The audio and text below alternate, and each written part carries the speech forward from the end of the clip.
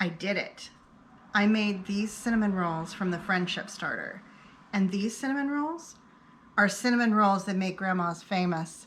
What do I mean by that? My mother-in-law was an amazing cook, and she'd always say she spent hours in the kitchen for 15 minutes of fame. Y'all, we still talk about her cooking. Her fame long outlived 15 minutes and even her lifetime. These, my family would talk about when I'm long gone. They're amazing. This is the only recipe that you need. So let's go ahead and get started.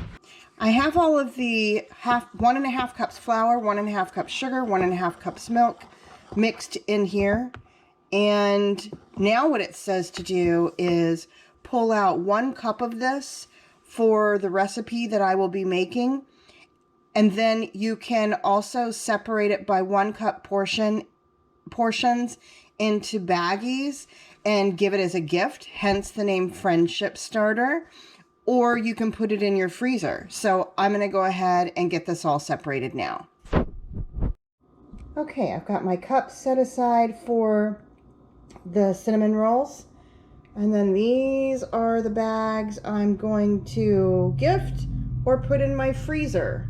So I think that's kind of cool that you can put this in your freezer and then pull it out later and start the 10-day process or just cook with it. So that's kind of cool. So as you see, there's 5 and actually one of these is a half bag. So 5.5 bags plus my cup that's in the bowl ready to go. All right, now for this recipe, it wants a freshly fed, bubbly, active starter, which I just fed this according to the Friendship Starter instructions for the 10th day, and I don't know that it's bubbly and active yet. Like it was before I fed it. It looked bubbly and active. So I'm going to go ahead and let this sit until this evening. I'm in the morning time right now. I'm going to let it set for about 12 hours and then see how it's looking then, and then I'll cook with it. So you can see that it looks like my starter has risen a little bit since I fed it this morning. And what I found out is I didn't need to let it sit all day. This was my 1 cup of starter. It's gotten a little bigger. I did not need to let it sit all day. I could have just used it like it was. I just thought that I needed to let it get a little bubbly. So anyhow, it looks like more than a cup now. It probably is because it's all fluffed up. But I'm going to be adding to this 2 cups flour, and we're doing the cinnamon rolls. So there's my 2 cups pre-measured flour, 1 cup of milk. So there's 1/2 cup, and there's 1 cup. All right, let me get this all stirred up, and I'll be right back.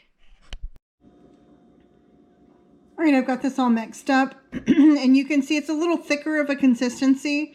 I'm going to go ahead and cover this and then leave this overnight. In the morning, I will come back to this and finish making these cinnamon rolls. All right, so after you have let that sit, what you see here is I've already added in 3 tablespoons sugar, 1 egg, 1/2 cup of butter, 1 teaspoon salt, 1/2 teaspoon baking soda, 1 teaspoon baking powder. And you can see it's still very wet. So it says put in as much flour as you need. What I found that I needed was 2 cups of flour. So you're going to see me adding that here. All right, this dough is still a little bit sticky, but you can see my hands aren't, it's still a little sticky. I would imagine when I go to roll this out, I'm going to probably be using a bit of flour to keep it from sticking and stuff. But I've done this. I'm going to go ahead and let this sit and cover it. And then in about 20 minutes, I'll come back and we'll roll this out. So I'll be back with you. So once you have your dough kneaded to where it's not real sticky and you're ready to roll it out, you need to use a floured surface like you see me doing here. And we're basically going to roll this into a large rectangle, maybe like the size of a large cookie sheet. You want it to be somewhere between 1/4 inch to 1/2 inch thick. And You're going to do that, you know, depending on preference. Some people like it really thick and bready, and I'm going to roll mine like probably about 3/8 of an inch thick. And once you get this all rolled out, then you're going to go ahead and add your cinnamon mixture. But keep in mind as you're rolling it, you don't want it to stick to your countertop.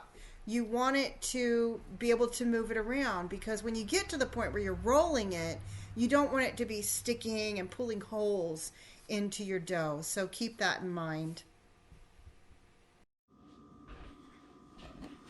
All right, I've got some melted butter here that I'm going to brush over the top of this. And I've got a 1/4 cup of powdered sugar and a tablespoon, well, excuse me, a little over a tablespoon of cinnamon in this. And what I'm going to do is just start sprinkling this on here like so. Okay, here we go. You want to roll this up kind of tight.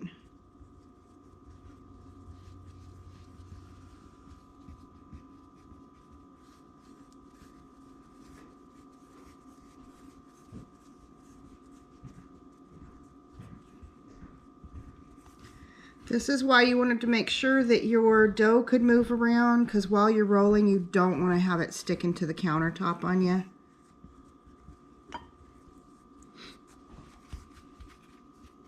This is so fun. Okay.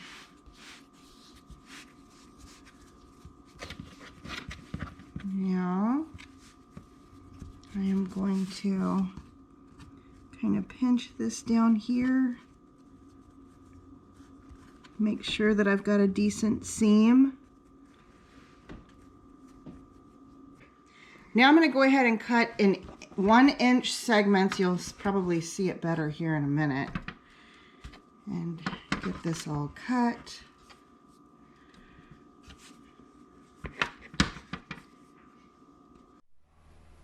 Now what you see me doing is cutting these in 1-inch thickness. I'm going to get all of this cut up.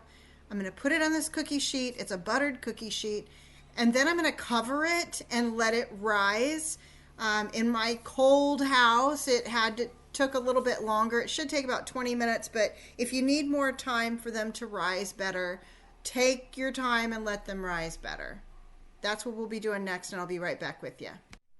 Time to put these in the oven, and I will be setting my oven to 350 and baking for 30 minutes. I actually ended up pulling them out at 29 minutes though, just a heads up on that. Now while the cinnamon rolls are cooking, we're going to go ahead and make the frosting. What you see here is 1/4 cup of butter softened, 2 ounces of cream cheese softened. We're going to add to this a cup of powdered sugar, 1 tablespoon of milk, and 1/2 teaspoon of vanilla. And I'm going to get all of this mixed up. And here they are, fresh out of the oven. I actually pulled them out at 29 minutes. And next time, I'll probably pull them out a little sooner. And I would also put them on maybe in a bake pan versus a cookie sheet. Or if I do the cookie sheet, I'll move them closer together so they can kind of jut up against one another and have a little bit of a softer, moister outer part to them. And I'm frosting all of these with the frosting that we just made. I really, really love this recipe, and I really love my experience with this friendship starter. I want to say thank you to Angela at The Inquisitive Farm Wife and Renee over at Pike Creek Farms for doing this collaboration, because I never would have tried the friendship starter had I not really wanted to join in this collaboration and follow along with them. So thank you guys for doing that and encouraging some of us to try. Anyone who has not tried this, you need to try it. It's totally different than sourdough starter in its flavor, and I am just so thrilled with this. I'm going to be using this starter for all of my Swedish, kind of breads, any of them that are kind of sweet. It's just perfect for that. It's seriously, these are the best cinnamon rolls I've ever made. And I want to say they're the best I've ever had, but I know I could make them better by putting them closer together next time and pulling them out of the oven a little earlier. But I don't think the recipe gets any better than this, guys. So I hope you will give this a shot. Please try it. Let me know how you like it down in the comments down below, and go follow the playlist. I'll have it in the description box. Go check out the other videos. Try the Friendship Starter. You'll be so glad you did. Thanks everyone for watching. I really appreciate you all, and until I see you next time, everybody, keep your joy.